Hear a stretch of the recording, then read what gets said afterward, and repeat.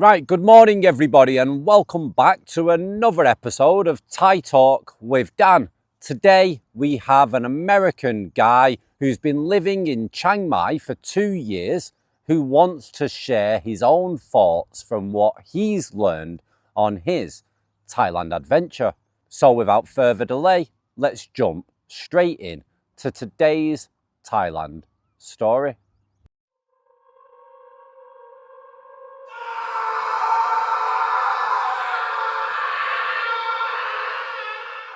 Hi Dan, thank you so much for what you do and for putting out your stories and personal things out there for other men to learn from.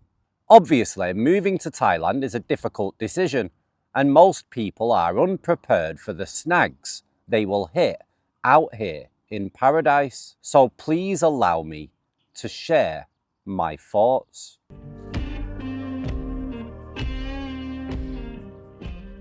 I have been living in Chiang Mai for 2 years now as an American expat.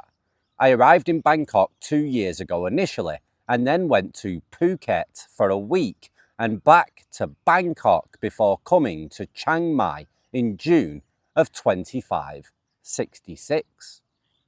I've been here in Chiang Mai ever since. I love this city. I've never been to Pattaya and you couldn't pay me to go. I was blown away by Phuket, even though I went to see Koh Phi Phi Islands, but I was ready to leave. My hotel was 1 block away from Bangla Road. It was crazy to see, but way too touristy for me. Krabi is better, I think. Bangkok is too big, but Chiang Mai is perfect for me. I have been to Khon Kaen, Nakhon Ratchasima, Buriram and Surin a few times, while travelling from Bangkok all the way to the villages to see what time it was. Been there and done that. I've also went to Cambodia and Vietnam since living here, but I prefer Thailand life here in Chiang Mai, about 10 kilometres outside of the city centre.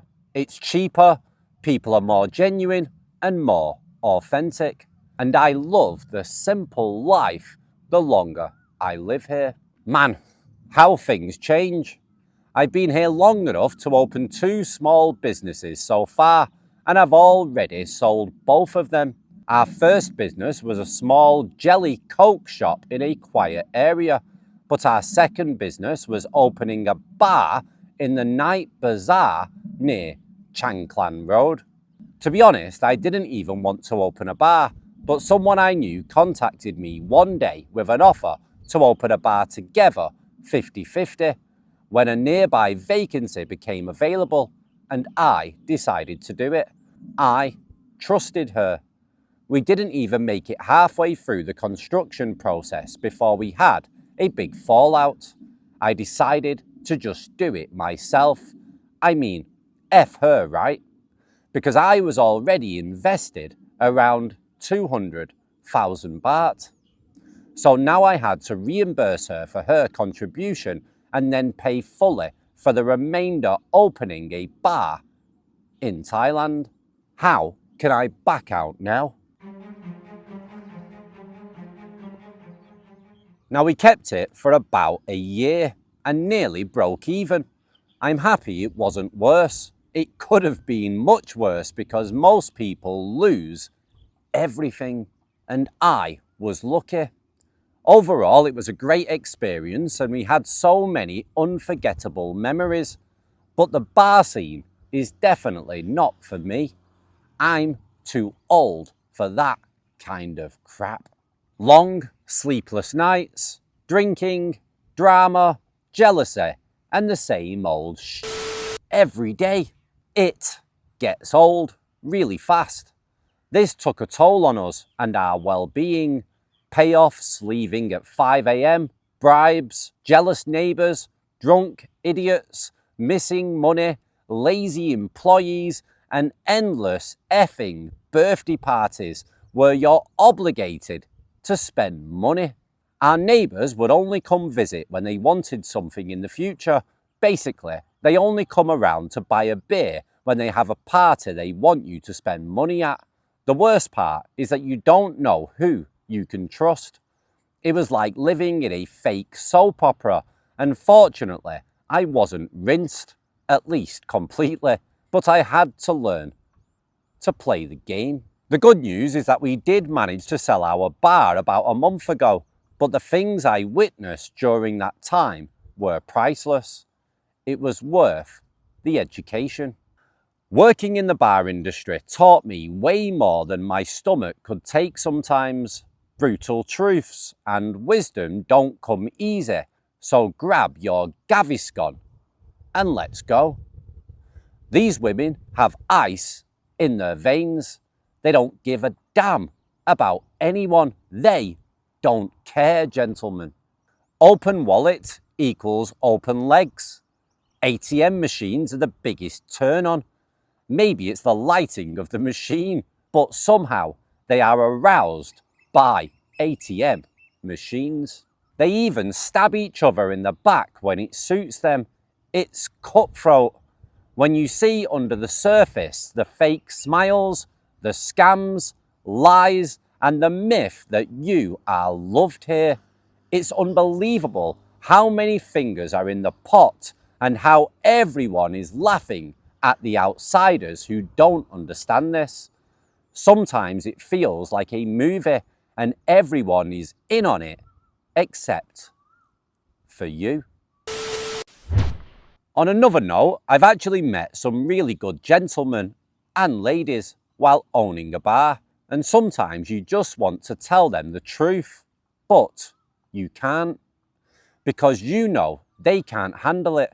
I mean, who wants to be the person who ruins their fantasy? I know women who have more than 10 active sponsors, global, and these guys think they are exclusive with her for 2 weeks a year. You can't make this up. Cell phone dead zones. He's my brother. 2-week wat excursions. Sick chickens. I only like farangs. Sick buffalo. Cassicorn bank issues. Broken cell phones. I've heard it all.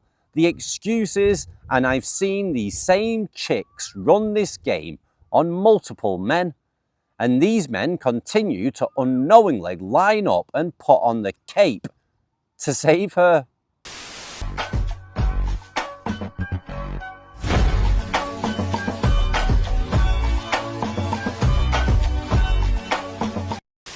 Some of these guys come in kissing these chicks, all in love with the same chick I just saw.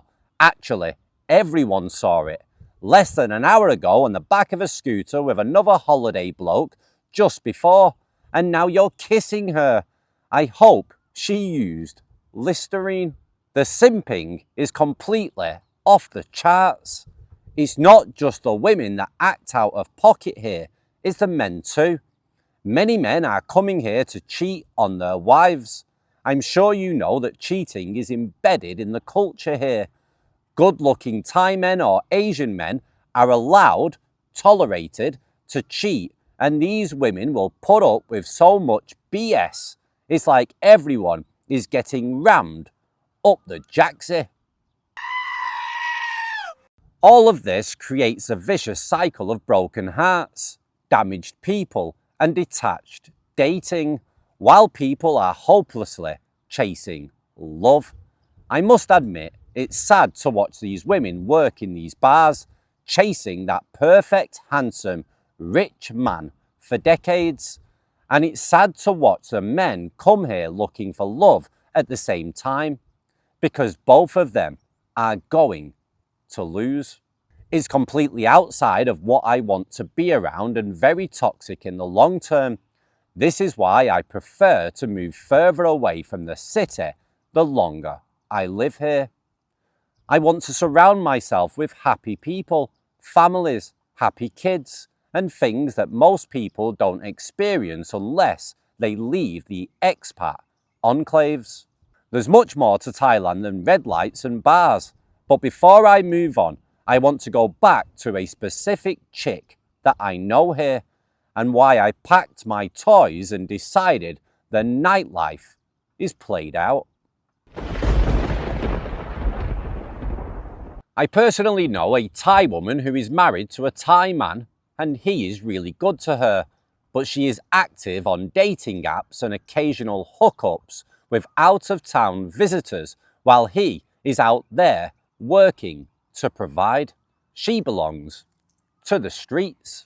Now, the only time I've seen her cry is when her heart was broken from some unsuccessful weekend fling, not her husband. Now, you actually see where their heart lies. I always wondered why they couldn't put the same energy into their husband as they do chasing foreigners and supposedly better options. But I've also seen some dog-ass men out here doing dirt and cheating on their wives back home while selling a dream to these chicks. And these chicks are dumb enough to believe it. Oh, he come back for me. He is going to leave his wife in Japan for me. I love him. What are these chicks smoking? Side chick logic, I guess. The delusion is real, and this is what the bar scene yields. It's going to cost both of you, but it's definitely going to cost you. What if you're the next man? Now she's dragging that same heartbreak, drama, crap, and doubt right into your life. Lucky you. Every time her heart is broken, she becomes more superficial, untrusting, cold, detached, and then it becomes your problem. Don't believe me? Go and talk to a 45-year-old bar chick. They are so desperate, and it's sad. I actually do empathize with some of them, but you must understand, they cannot be saved. Because in their minds, they are only one lottery ticket or customer away from financial freedom, utopian bliss, or social respect. And they chase this dream just like a dope fiend chases dope. Everyone is chasing a fantasy. These streets are brutal. But I do want to emphasize that this is not my complete opinion or representation of Thailand. I have a great life doing things like Muay Thai, people watching, temples, driving, local markets, neighbours and friends. Because when you finally do leave that scene or that area, things do change. I'm not saying they change for the better or the worse because it's a double-edged sword. You start to realize that you have to give up everything to fully integrate, but it will cost you everything. A heavy price to pay.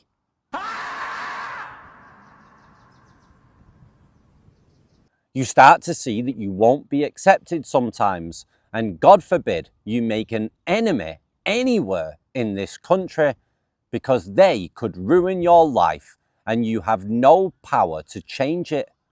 Zero. Sometimes I walk on eggshells a lot of times and wonder who's connected to who's paying who is plotting, who can be trusted. And this is a hard reality that everyone will face after spending some time here, as I'm sure you understand. The hardest part about living here is breaking out of the bubble of comfort, but it comes at a cost. Sometimes ignorance is bliss, but not if you plan to live here.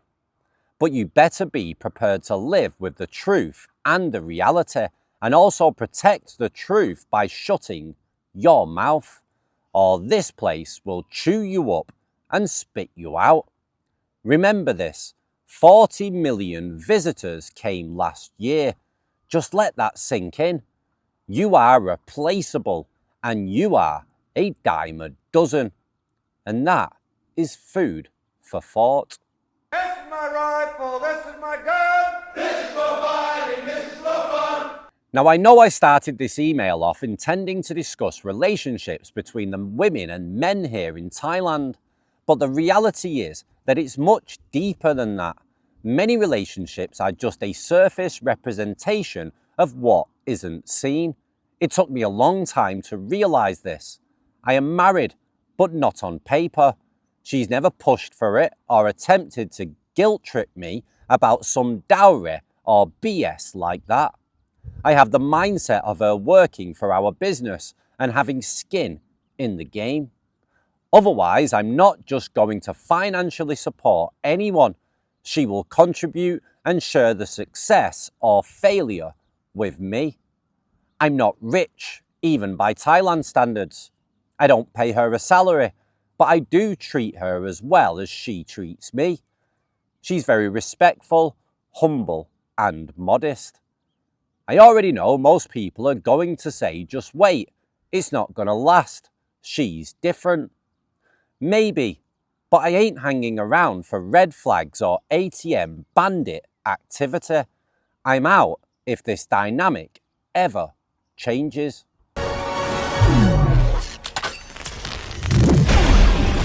I really do appreciate what you do, and I agree with the stories you've discussed on your channel, and I've seen these stories personally with people I know. The scam is real, money is important, the odds are against you legally, full integration is almost impossible. I know it sounds bad when I say these things out loud. I know. But before I end this email, I want to be absolutely clear. I choose to be here. No one is forcing me to stay here. I'm happy with the good and the bad. I love this country and love the people here. Most of my experiences have been positive. I don't even understand how to put them in words, but I promise you this place will always have my heart. It has a way of grabbing you. Sometimes it does become mundane, but it's up to us to entertain ourselves and find our own hobbies. Not easy, but this country owes us nothing. It's by their generosity that we are here. Most people don't respect this place, but the Thai people absolutely adore the Farangs who do come here and show some effort and respect. It goes far. This is my experience at least. I hope to remain here in perpetuity, and yes, I have so much more to learn, but I appreciate you sharing your journey with us, even though it was complicated. Take care of yourself and keep doing what you do. Thanks, Dan. Just another fellow fool living halfway across the world. And that's the way the cookie crumbles. I'm Bruce Nolan, Eyewitness News. And cut it. Right, guys, what can I say to that email? This guy sounds like he's done similar to myself, where he's tried to educate himself, he's tried to people watch, tried to learn how things operate, I think he's tried to learn the language so he can listen to what people have to say and really get a good understanding. And unfortunately, when you get a good understanding of things, when you believe that they were good in the past and now they're bad and you can see through what they're doing, you can see the angles, you can see certain stories playing out right in front of your eyes, you can see this guy cheating on her cheating on him. It's mental, and you've got to see it to believe it. It's so difficult if you've never come here and you've never tried to travel around and integrate yourself into Thai society, etc. You wouldn't really understand. But when you do, it's a massive eye-opener. So I don't really want to say too much about this. This guy has basically said it all, but I want to hear what you guys have to say about this guy's opinion, this guy's thoughts, what he thinks, what he's learned. Do you agree? Do you disagree? I mean, let's hear your thoughts.